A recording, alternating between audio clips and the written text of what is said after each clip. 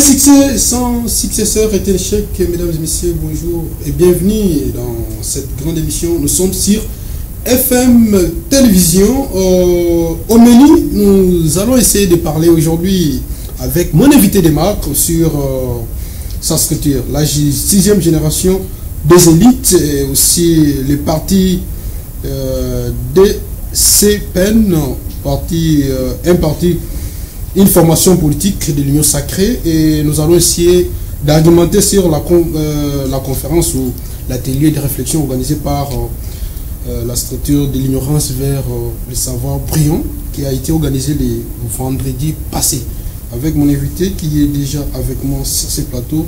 Monsieur Jonathan, bonjour et bienvenue. Bonjour Monsieur Honoré, merci beaucoup. La santé, ça va? Ça va très bien, merci. Parlons un peu directement de la structure, la sixième génération des élites. Pourquoi ces noms-là? Merci beaucoup. Je suis d'abord très honoré de votre invitation.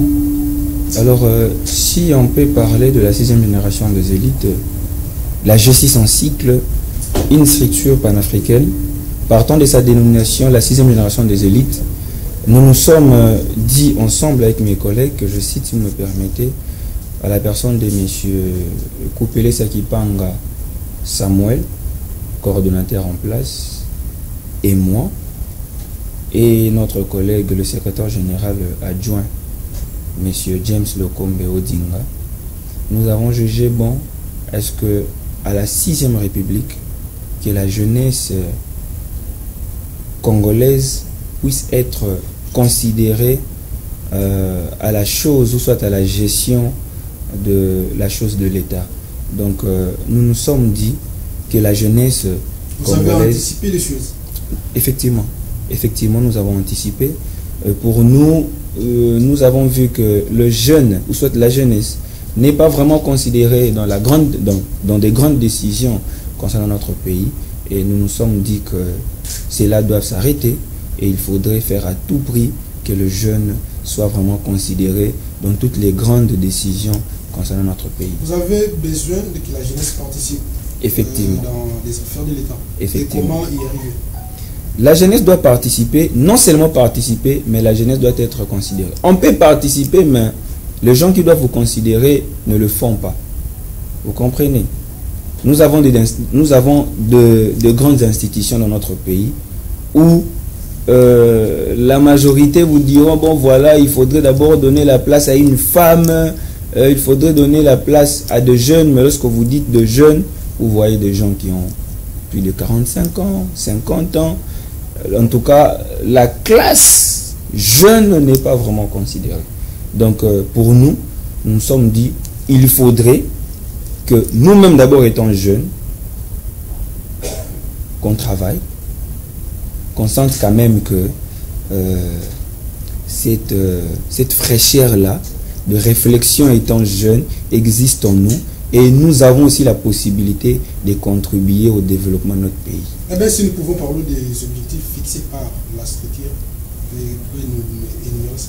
Oui, la sixième génération des élites étant une structure panafricaine et congolaise en particulier, nous visons d'abord à mettre en œuvre les valeurs de la jeunesse panafricaine et congolaise plus particulièrement, en ce qui est juste et primordial pour le développement et le social de notre pays. Alors, nous sommes là pour contribuer tout d'abord au développement de notre pays. Nous sommes là pour contribuer au développement de notre pays.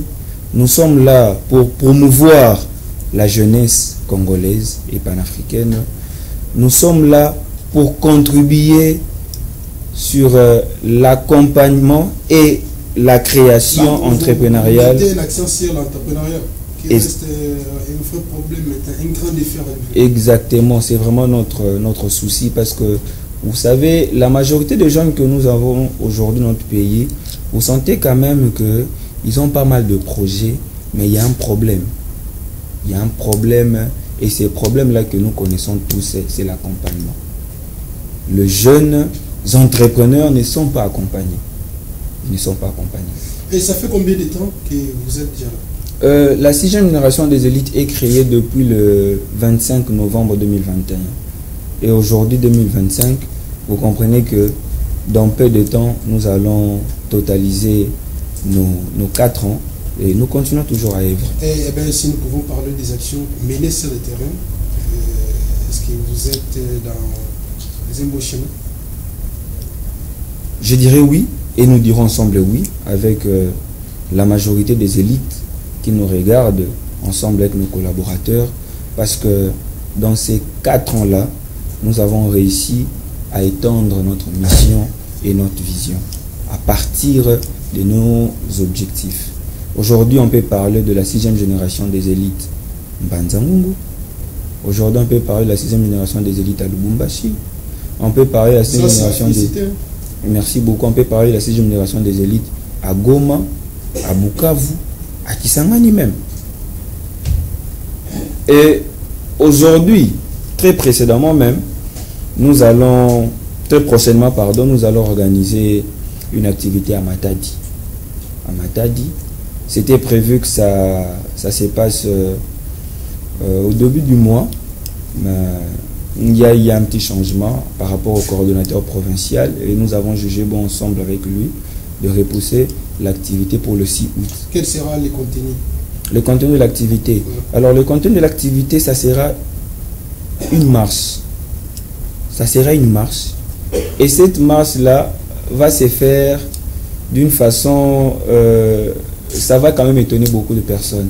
Ça sera une marche de santé, mais l'objectif ne sera pas seulement de marcher, mais l'objectif sera de matérialiser ce qui est l'objectif primordial de la structure, l'éveil des consciences. Donc nous allons marcher ensemble avec des élites en sensibilisant la population matadienne de Congo central. Donc nous allons marcher, nous allons distribuer des flyers, nous allons faire passer un message. Jusqu'à là, le thème reste encore secret. On sait pourquoi, on garde encore le thème secret, mais nous allons marcher et nous allons distribuer des flyers, nous allons parler du thème que nous avons choisi, nous allons communiquer avec la population. Parce que c'est parmi nos actions, parmi les activités que nous avons eu à organiser, nous avons eu à faire des activités pareilles, des conférences, des colloques, même des descentes dans des écoles, dans des marchés même, dans des grandes places comme des ronds-points Victoire, des ronds-points Willery, des ronds-points Ngaba comme ça, où on voit qu'il y a quand même une forte possibilité de parler avec la population, et nous partons dans ces endroits-là pour communiquer avec la population, leur faire comprendre ce qui sont de bonnes valeurs de la structure. 4 ans après, est-ce que vous avez eu à imposer votre place aujourd'hui? Est-ce que vous êtes consulté par d'autres structures en termes de partenariats avec d'autres structures? 4 ans après, je peux dire que nous avons aujourd'hui l'état d'esprit de l'élitisme. Aujourd'hui, on peut parler de l'élitisme dans le sens vrai, dans le sens réel. Quand j'ai dit le l'élitisme, je fais allusion à des jeunes aujourd'hui qui sont issus de la 6e génération des élites, mais qui se sont démarqués. Même dans le comité directeur, la majorité de cadres sont des responsables des structures. Donc, nous sommes une structure, mais en son sein, nous sommes... Il y a aussi des structures. Donc. Il y a aussi des structures. Voilà pourquoi nous sommes appelés une structure panafricaine, mais plus particulièrement congolais, parce que nous voulons d'abord développer ce qui est la chose congolaise. Ça c'est parfait. Bien. J'aimerais qu'on prenne en deuxième position les DCNP. DCPN. DCPN, bien sûr. C'est un parti politique. Exactement. Et je viens de dire que vous êtes de l'Union sacrée. Oui. D'abord, ça c'est une question individuelle. Comment vous arrivez à gérer de l'autre côté secrétaire général, de l'autre côté aussi secrétaire général? Comment vous arrivez à gérer les temps? Et surtout avec les défis que nous connaissons. Merci beaucoup pour cette question. Lorsque je vous dis ici, la 6e génération des élites a eu à imposer son élitisme, c'est aussi grâce à cette gestion des temps. Aujourd'hui, vous n'êtes pas obligé, lorsque vous gérez quelque part, de y rester seulement. Vous pouvez assumer plusieurs tâches, mais savoir comment gérer votre temps et comment gérer chaque temps à sa place. Alors, comment je gère, avant tout, j'étais d'abord, parce que je suis président dans la structure, cofondateur bien sûr, ensemble avec mes collaborateurs, et en même temps je suis secrétaire général en place de la 6e génération des élites. Et à travers des actions que nous étions en train de mener, la haute hiérarchie du parti, ensemble avec les hauts cadres, ont jugé bon de me choisir comme étant secrétaire général du parti. Surtout avec cet âge, ça vous dérange pas? Mais déjà, le sens des responsabilités ne dépend pas de l'âge. Hein. Là, c'est quelque chose que j'ai toujours eu à prouver cela devant les gens. Le sens des responsabilités ne dépend pas de l'âge. Vous devrez d'abord comprendre la chose que vous êtes en train de faire, où est-ce que vous devez la ramener et qu'est-ce que ça doit produire. Ils m'ont choisi comme secrétaire général, j'ai mes prérogatives, j'ai mes objectifs, je sais où est-ce que je dois accompagner le parti et où est-ce que nous allons ensemble avec notre beau cher pays. Nous étions en 2023, nous avons participé aux élections où j'étais déjà secrétaire général. Vous direz que ce n'est pas de mon âge. Moi, je me dis non, ça ne dépend pas de l'âge. Ce sont des responsabilités que j'ai acceptées et je dois l'assumer. D'accord, merci. Merci. Et si on peut parler aujourd'hui de l'état actuel de votre parti politique, vous pouvez nous dire que vous êtes déjà à quel niveau et comment les activités passent? Si je dirais si nous sommes à quel niveau, nous sommes à un niveau où nous allons dire que nous sommes en train de très bien évoluer.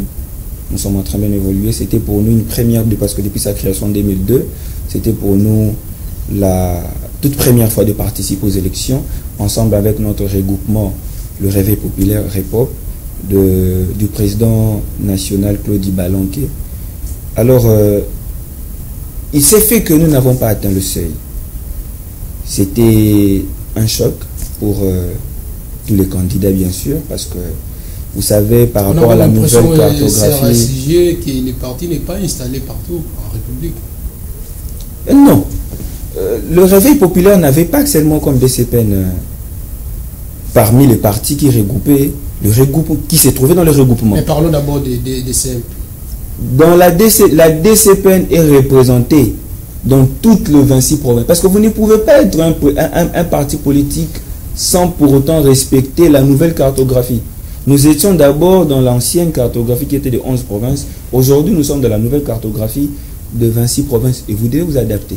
Et c'est ce qui nous a même permis à ce que nous puissions nous représenter aux élections de 2023 et nous étions acceptés dans le regroupement du Réveil populaire REPOP et les choses marchent très bien à partir même de son président national, le président Moudingumba Lukman Kibadi.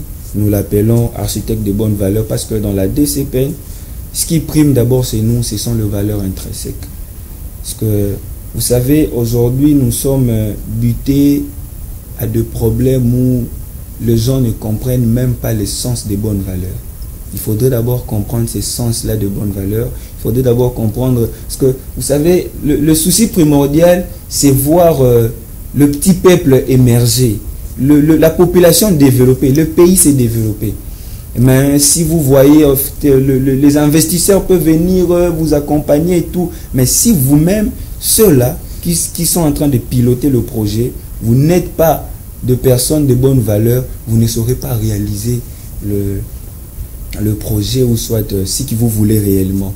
Donc, dans la DCPN, nous prenons d'abord les valeurs intrinsèques, comme l'a toujours souhaité son président national. Vous prenez les valeurs, mais aujourd'hui, la population congolaise s'inquiète de l'union sacrée, qu'il y a beaucoup de défis qui ne sont pas relevés jusqu'à aujourd'hui. La population est en train de pleurer, tout ça. Mais qu'est-ce qui vous a motivé d'intégrer là où ça ne semble pas aller? Il fallait faire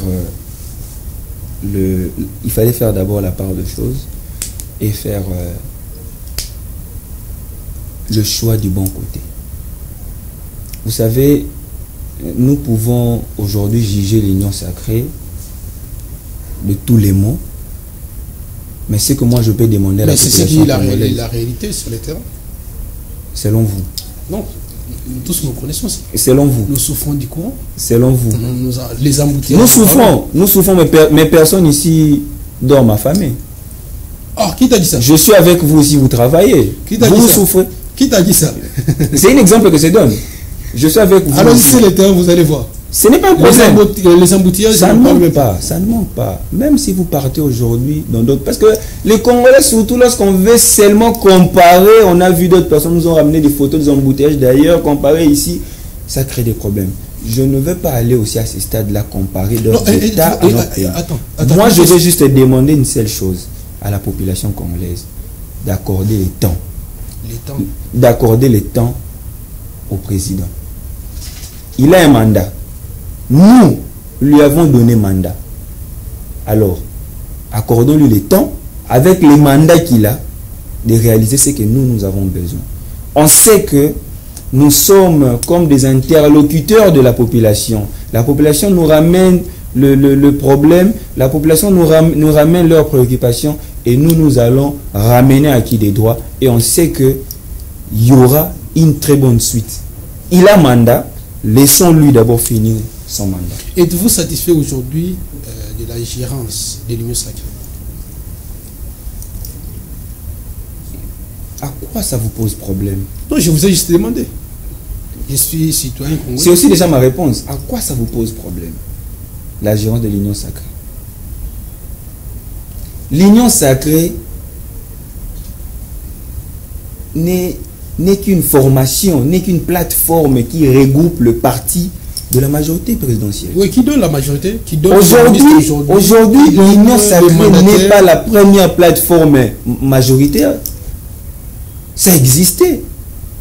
Depuis la nuit des temps, ça existait. Aujourd'hui, le président s'est dit pour mieux gérer, il doit aussi avoir la majorité. Et il a fait l'Union sacrée. Parlons de la situation actuelle. Je vous ai posé la question si vous êtes satisfait en tant que Congolais. Alors il faudrait être un sorcier. Il faudrait être un sorcier parce que ceux qui sont dans le gouvernement sont issus de la majorité présidentielle, sont de l'Union sacrée. Ceux qui gèrent les institutions sont issus de la majorité présidentielle et ils sont issus de l'Union sacrée.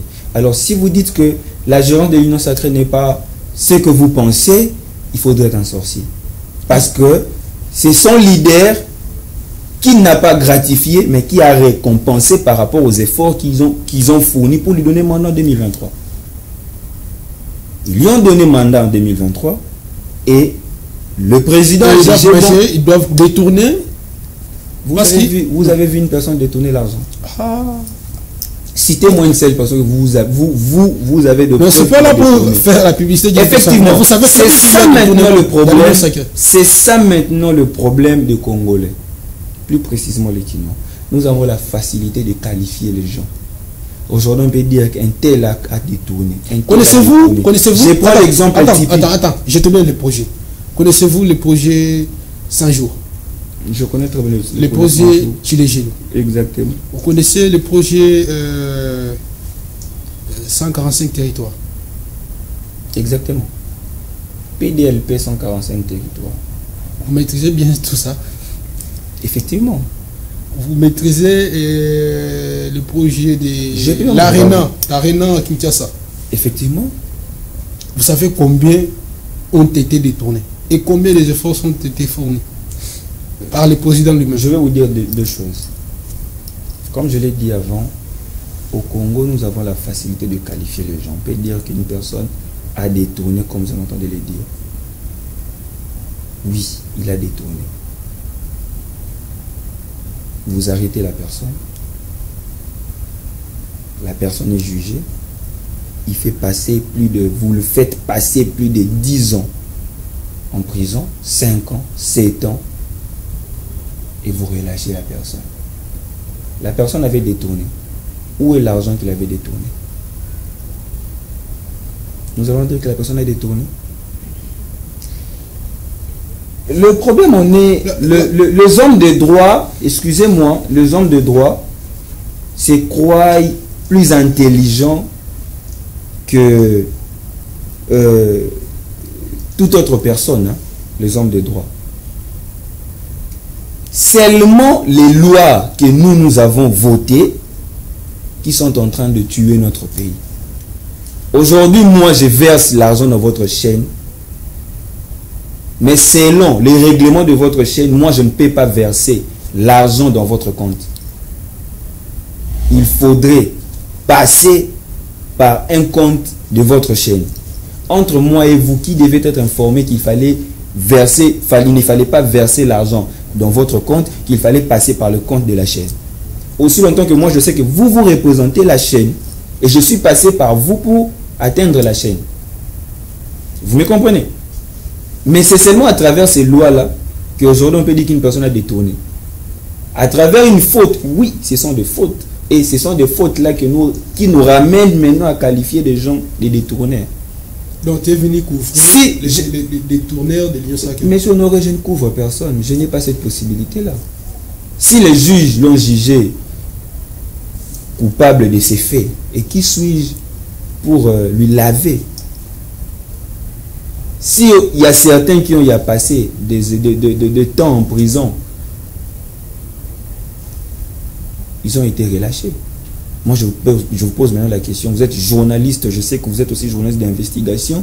Si vous avez eu à faire de recherche, est-ce que cet argent-là a été retourné à la caisse de l'État?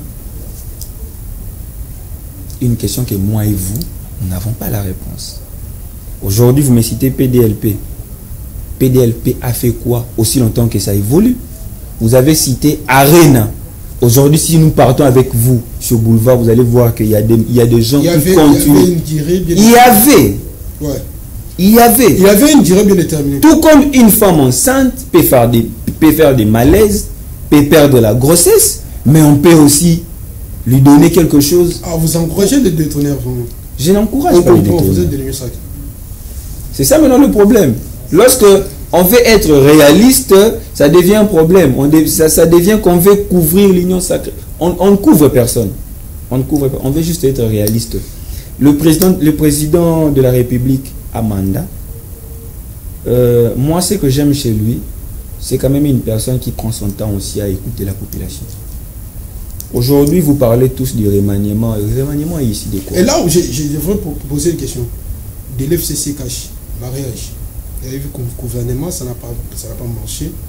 L'Union sacrée, Sam le compte 1, Sam le compte 2, aujourd'hui Judith.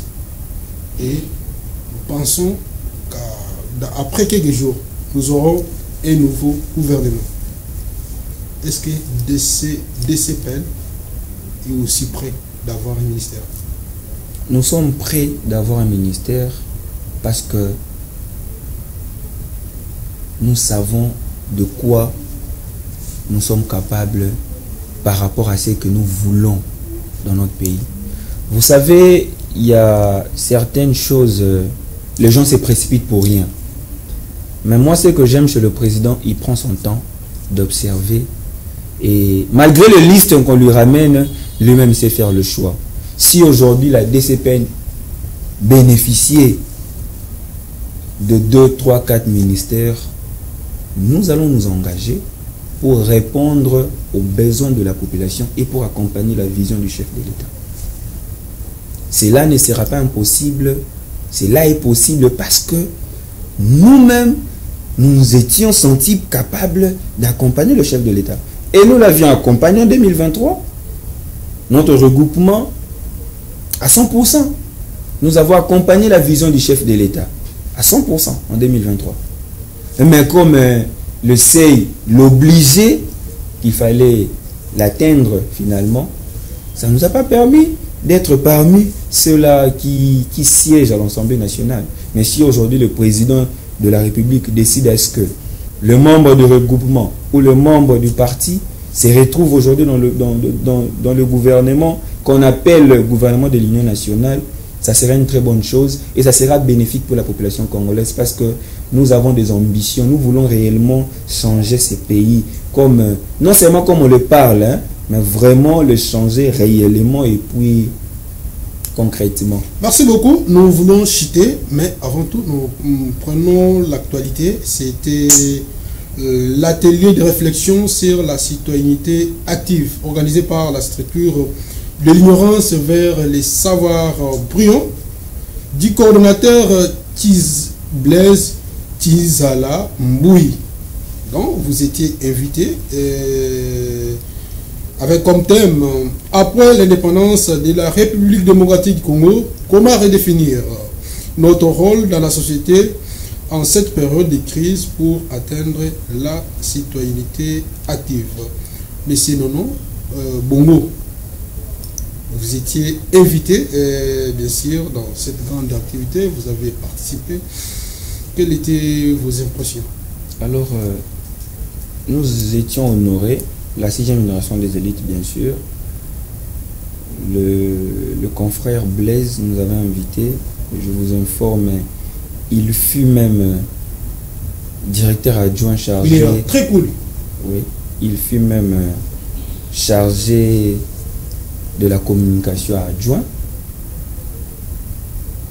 Alors, 65 ans après l'indépendance, cet atelier-là a permis à ceux-là qui étaient présents que ce n'est plus le temps de trop bavarder étant congolais. Ce n'est plus le temps. C'est vraiment le temps que chacun puisse prendre ses responsabilités. Vous savez, 65 ans après, nous ne pouvons plus être de simples spectateurs comme ça de notre propre destin. Parce qu'il s'agit du destin de notre pays. Il s'agit de notre destin. Et nous ne pouvons plus être de simples spectateurs de notre destin. Alors que la RDC traverse des crises économiques, des crises sociales, des crises politiques même, plus grave encore, des crises identitaires. Il est temps pour nous de quitter le négatif. Il est temps pour nous de quitter le négatif. Parlons ensemble